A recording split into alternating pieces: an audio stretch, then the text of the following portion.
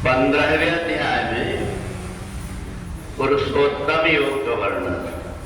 शरीरम यद वापनोति यच्चापि उत्क्रामतीश्वरः गृहीत्वेतानि संयाति वायुर्गंधा निवास्या।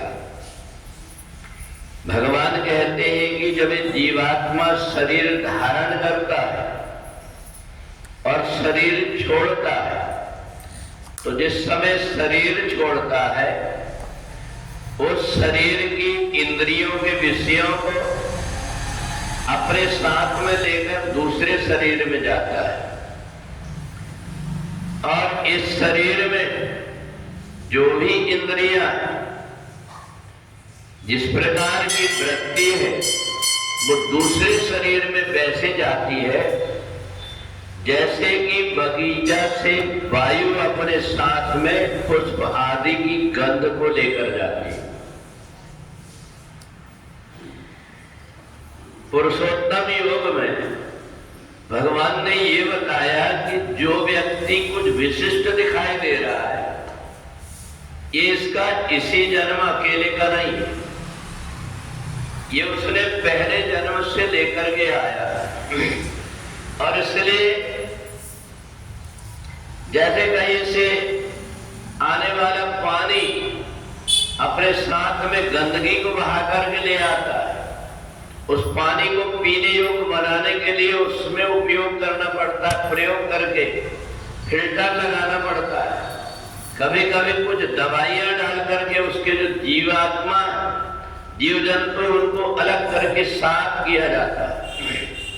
इसी प्रकार से ये जो शरीर हमारा मिला हुआ है, पहले जन्म के जो कुछ भी विषय थे, इंद्रियां थी, हमारी वृत्ति थी, हमारा मन था, वो लेकर के शरीर, सूक्ष्म शरीर निकल करके दूसरे शरीर में प्रवेश करता है। और इसलिए कुछ व्यक्ति को कितना भी समझाने के बाद में भी और वो कुछ ना कुछ इस प्रकार के कर्म करता है, बाद में वो पछताता ये कर्म मेरे को नहीं करना चाहिए। तो ये परवश होकर के वो इसलिए करता है, उसका वैसा स्वभाव बना हुआ है। और इसलिए बताया वायस पादी अति अनुरागा कोई निरामिष कबहु की तागा। कौआ को तुम कितने प्रेम से पालो, उसको अच्छा अच्छा भोजन कराओ, परंतु वो जाकर के जब बैठेगा तो गंदगी में ही बैठेगा, उसका स्वभाव है। इसलिए उसके स्वभाव को बदलने के लिए उसे जप करने के लिए, तप करने के लिए लगाते हैं।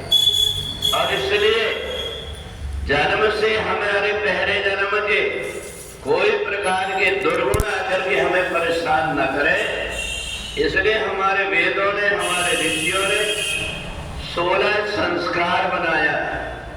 जन्म से लेकर के मरने तक मरने वाले व्यक्ति को भी वैसे ही नहीं छोड़ते, उसका अंतिम संस्कार करते। और ये जो संस्कार है वो इसलिए करते हैं जन्मनो जायते शूद्रा। जितने भी जन्म लेते हैं वो अपने जन्म से अपवित्र होते हैं, उनको हमें पवित्र करके और फिर उनको समाज के योग, परिवार के योग बनाया जाता है।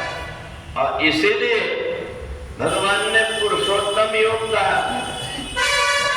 जिसने इस जन्म में मनुष्य शरीर प्राप्त किया, यहाँ आकर के जितने भी प्रकार की कमियां थी उन कमियों को दूर कर दिया, शरीर को छोड़ा तो दूसरा शरीर मिला। तो कैसा मिला? बोले प्राप्त गुणकृताम लोकान, अच्छे परिवार में जाकर के जन्म ले लिया, धन की चिंता नहीं, उसके बाद धन हो गया, रूप की उसको चिंता नहीं, परिवार की उसको चिंता नहीं।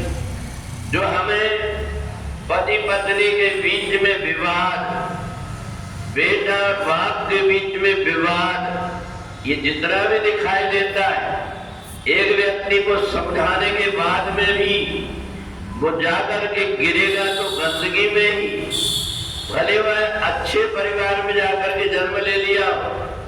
परंतु जिसकी वृत्ति ऐसी गंदी है, क्या चीज खाना चाहिए, क्या चीज पीना चाहिए, इसका भी ज्ञान ना होकर के मनमाने ढंग से करता है, उसके लिए भगवान ने 84 लाख योनि और नरक बनाया है।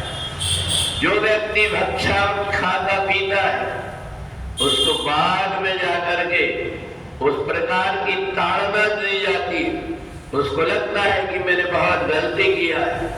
और जिसमें ये मनुष्य शरीर एक ऐसा शरीर है जिसको प्राप्त करके व्यक्ति दूसरों का भला कर सकता है, दूसरों का अच्छा कर सकता है, परोपकार कर सकता है, दया कर सकता है, सब कर सकता है, परंतु उसके पूर्व जन्म के पाप उसको करने देता, पूर्व जन्म की जो गंदगी की गठरी अपने साथ में लेकर के आया है। यहाँ उसकी गठरी देख करके, सामान देख करके व्यक्ति समझ जाता है ये व्यक्ति ने अपने साथ में गंदगी लेकर के आया। भगवान उसको ऐसी जगह भेज देता है कि जाओ, शायद यहाँ पर फैक्ट्री लगी हुई है पवित्र करने की, तुम जाकर के वहां पर और डूब करके अपने आप की गंदगी को दूर कर दो। परंतु वो बचते रहता है, दूर दूर रह करके वो गंदगी को अपने साथ में लेकर के उसका वजन ढोते रहता है। और इसलिए 15वें अध्याय में भगवान ने पुरुषोत्तम योग बताया है। एक व्यक्ति जो तुम्हें आज उसके अंदर अच्छाई दिखाई दे रही है, ये उसके पूर्व जन्म का कर्म है। और मनुष्य का ये धर्म होता है, जियो जीने दो।